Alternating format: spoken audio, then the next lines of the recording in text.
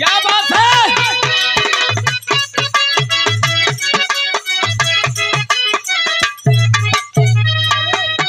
कौनो बिहार के तराई से बड़ी सुघर लड़की रहल, जौने के बनावट का कोई कल्पना करी। बड़ी सुघर रहल, चल यही बनारस की ओर, यही धरती बनारस के तरफ चलल है। बीएचयू में ओकर तैयारी चलत रहल। एक ठे मंचला लड़का पीछे पीछे लग गल।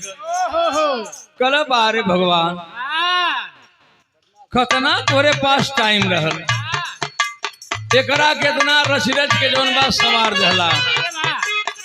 पीछे पीछे लगल है, कहत हो का कहत हो। आरा घुमलू बलिया घुमलू घुमलू छपरा श्रीमान हो।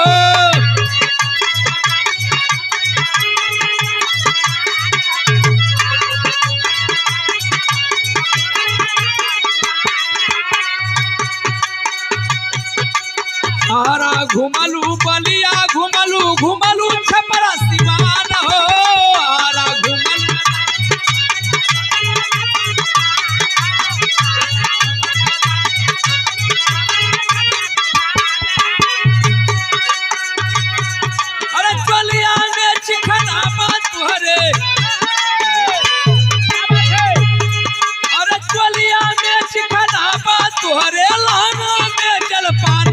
करो तोहरे चलते चाहतरो तोहरे चलते छपरा बदनाम हो गई।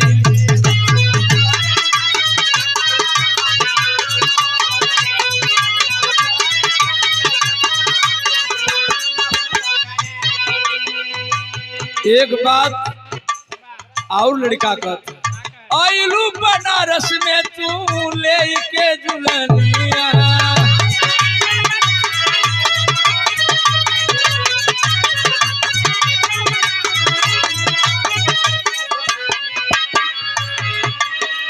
मुखिया जी चुम्मा देहला टूट गई नथुनिया हो।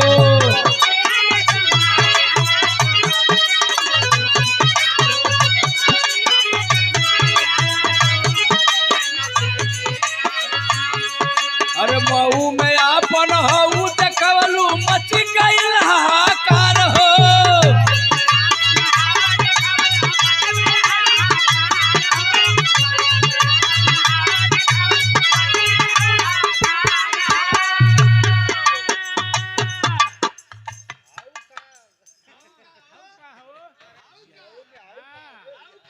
बड़ी अच्छी गायिका कविता यादव, क्या मन में भाव है कलाकारों के प्रति, इस जनता के प्रति। ये समय एकदम चढ़ानी पे है, कोनो जवाब ना है। मनता है बिरहा में,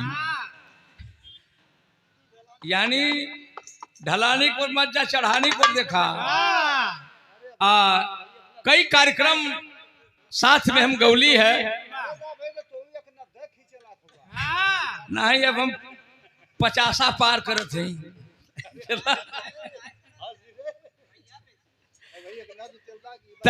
चला तो आप लोग का आशीर्वाद, जनता का आशीर्वाद। बड़ी अच्छी गायिका जेकरे आज बिटिया रानी का जन्मदिन हो, क्या खुशी है। एक कार्यक्रम रखा गया, सुंदर पुष्पहार, सुंदर बनारसी साफा और सुंदर 101 रुपये का आशीर्वाद आया है। माता रानी का आशीर्वाद लगाई, भैया बाबू का आशीर्वाद लगाए, पंच का आशीर्वाद लगाए। जहाँ रहा तहाँ आबाद रहा, इतने चढ़ानी पर रहा। आइलू बनारस में तू ले के नथुनिया।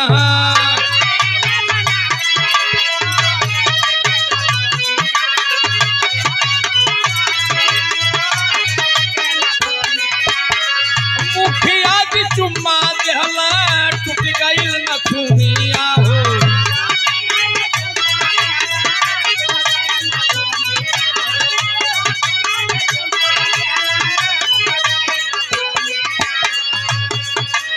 मऊ में आपन हऊ देखवलू मच गई हाहाकार हो।